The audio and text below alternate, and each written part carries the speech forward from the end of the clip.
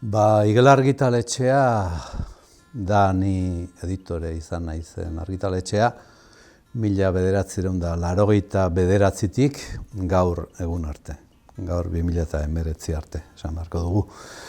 Eta gure ibilbide guzti hontan azpimarratzekoa da, batez ere argitaletxeak egin duen lana izan dela, mundu zabaleko hainbat egile ospetsu eta ez hain ospetsu euskarara ekartzea. Gure hasierako abiapuntua zen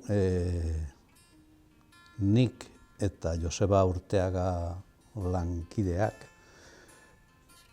Hernaniko Institutuan lan egin genuen elkarrekin.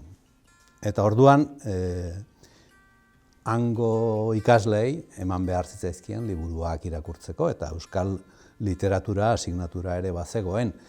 Eta orduan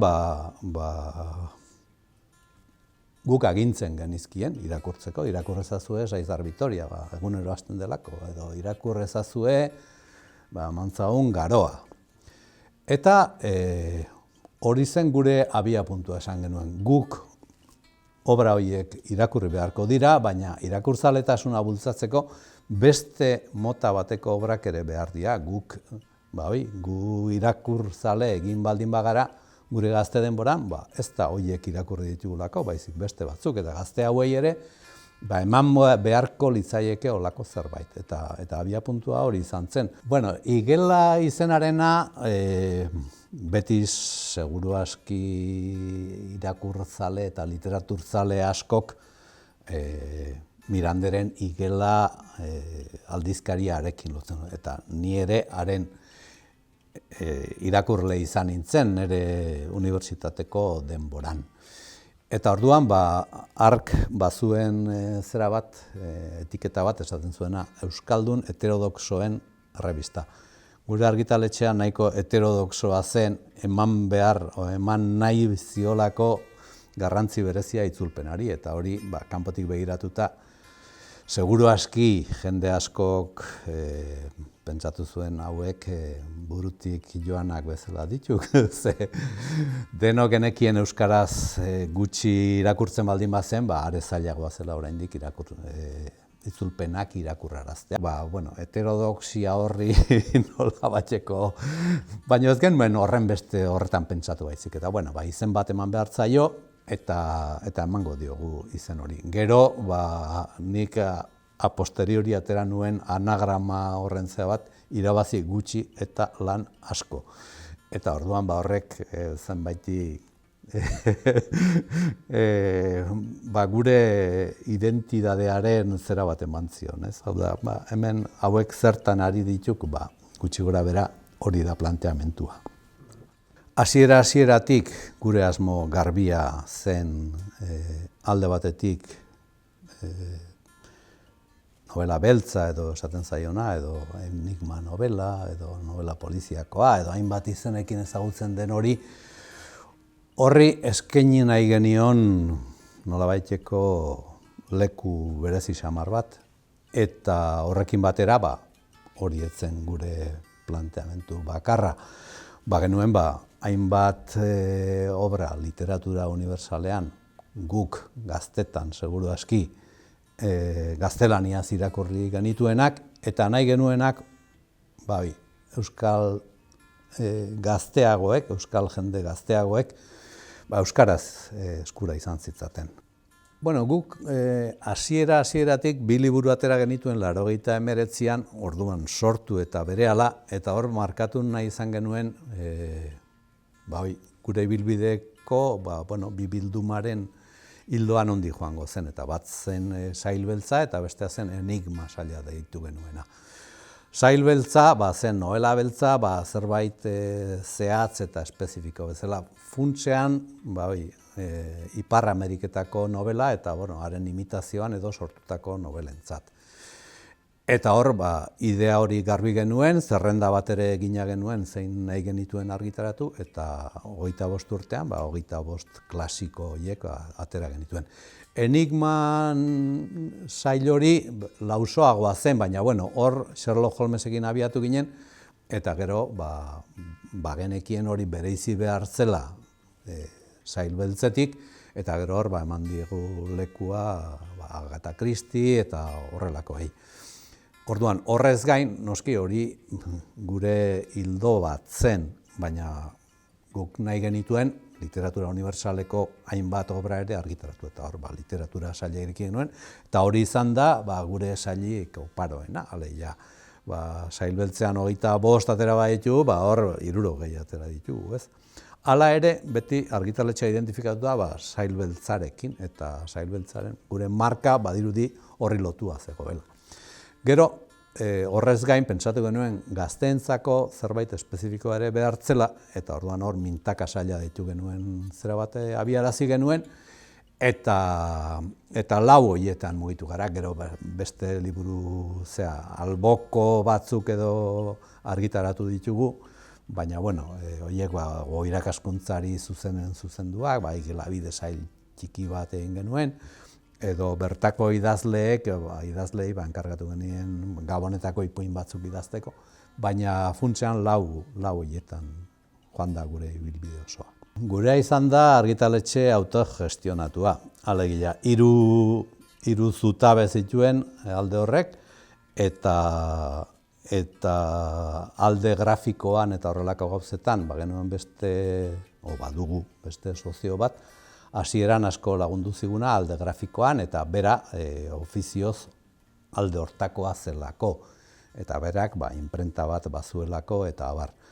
Eta hori da Josema González. Eta gero Joseba Urteag eta biok egiten genuen, zein liburu argitatu behar ziren aukeratu, eta nola hainbat eta hainbat itzulpenak ziren eta izango ziren, hoien eskubideen gestioa eta gainerako lanak.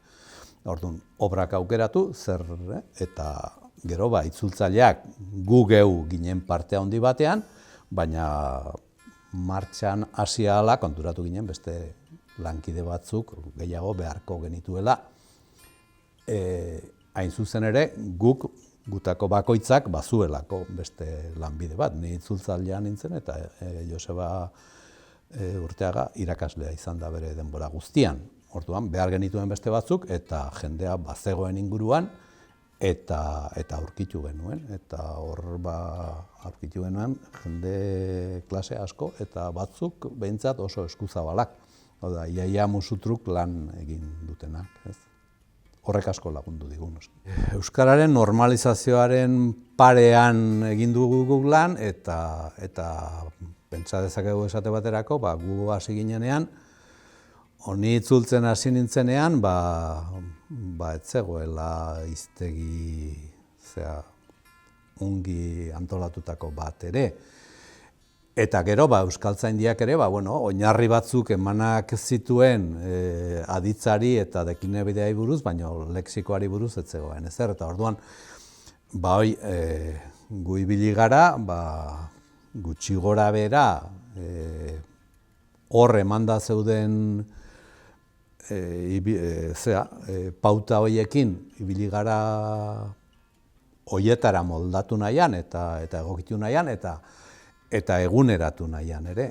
Orduan, orain dela 25 urte, edo mantzagon orain dela 30 urte, itzulitako lan bat argitaratzea zoazenean, ez dago beste remediorik. Ez euskeraren zerarengatik bakarrik, baizik eta, beste itzulpenak ere, eta testugintzak ere, bere aurrerapenak egin dituelako, eta orduan, esan dezakegu, orain testu hobeak lortzeko aukera badugula. Eta aldi berean, irakurlearentzat ere testu seguruagoak lortzeko aukera dugula. Egile eskubideak lortzea, nola esango dut. Batzuetan oso erraza da, eta beste batzuetan oso zaila. Batzuetan egiten dituzu kontratuak zuzenean argitaletxearekin, eta beste batzuetan egiten duzu agente baten bidez.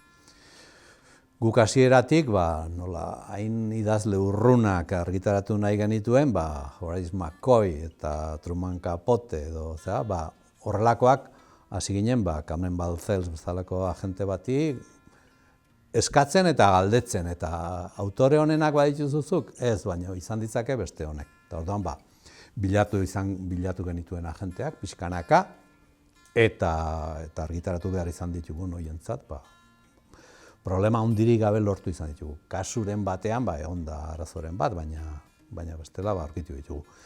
Eta itzultzaileekin egin izan ditugun kontratuak, batzuetan izan dira ahozagokoak, beste batek behin proposatu zigun, eta hori izan da nire ibilbidean gauzarik atseginenetako bat, proposatu zigun gure fondoarekin ordaintzea bere zeak eta orduan. Hori guk liburu franko genituen ez almazenean, esan nu, bide ederra izan diteke, bera interesatu baldin badago gure fondoan, eta guk bere lana ordaintzen baldin badago gure liburuekin. Nahiko aldakorra da, baina normalean 8% eskatzen dute, eta agenteak hortik zerbait hartzen du. Euskarazko liburuetatik ez dut uste asko aterako dutenik, agenteak esan nahi dutze, baino tratua hor ibiltzen da, hau da, espaldin bada, kasuren batean, Patricia Highsmithek ez du egiten kontraturik kopuru honetatik behera. Eta zu oso interesatua bazaude, gu geunden bezala, isil-isilik esaten dizutena ordaindu.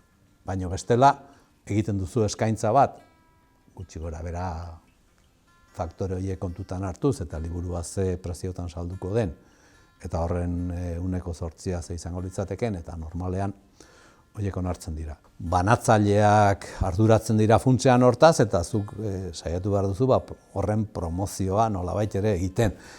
Eta guk horretarako egiten izan ditugu beti liburuen aurkeztuenak, nik uste liburu guztiak aurkeztu izan ditugu, ez dugu egin liburu bakoitzaren aurkezpena, baina urteko produkzioaren abintzat, Eta gero, argitaletxetik, beste promozio modu batzuk ere institutoetara eta bereziki interesatzen zitzaizkigun toki batzuetara, bialdu izan ditugu liburuak, eta hor tarteko agente horiekin izan dugu harremana, eta funtsean hori izan da. Publizitate kanpaina ikaragarririk ez dugu egin ahal izan, baina Durangoko azoka hor dago, eta hori foko importante bat da, eta argitaletxeak bere bezeroekin eta bultzagileekin eta abarrekin harremana izateko leku egokia izan da beti guretzat, eta hor ibili gara hiru faktore horiekin. Tiradan kontua, hori da editore batentzat irrista da hundirik egin behar ez den puntua, ez? Eta orduan, gu ez dut esango ikaragarri optimista hasi ginenik, baina ikaragarri pesimista ere ez. Lehenbiziko liburu 2 abiapuntukoetatik 2000 ale bota genituen, eta horietako bat agortu dugu, eta bestea eren bat edo hor geldituko da. Gero, urrengo hori ikusita, urrengo urtean, 1500 jatsi genuen, eta hor batzuk agortu ziren, eta beste bat edo beste, lehengo kasuan bezala, erdia edo hor egongo da oraindik, eta hortik aurrera, 1000 aleko tirada bihurtu zen ia estandar laguntzetara biltzeko, eta orduan horrekin jarraitu izan dugu, azkeneko urtetan jaitsi den arte. Eta jaitsi da, nik uste, 2008ko krisiaren ondoren hori aipatzen daola puntu gisa, baina segurazki beste zenbait faktorek ere eragin zuen digitalizazioak eta gero eta gutxillo mobilei behiratu baino irakurri gutxi, eta beste hainbat faktorek egin dute tiradak jaitsi behar izatea edo. Eta orduan, gure ibilbidean aldaketa hori egin da, garaiak alagintzen zuelako. Gure asmoak ez ditugu bete nahi genuen einean, baina asmoak bete ditugu.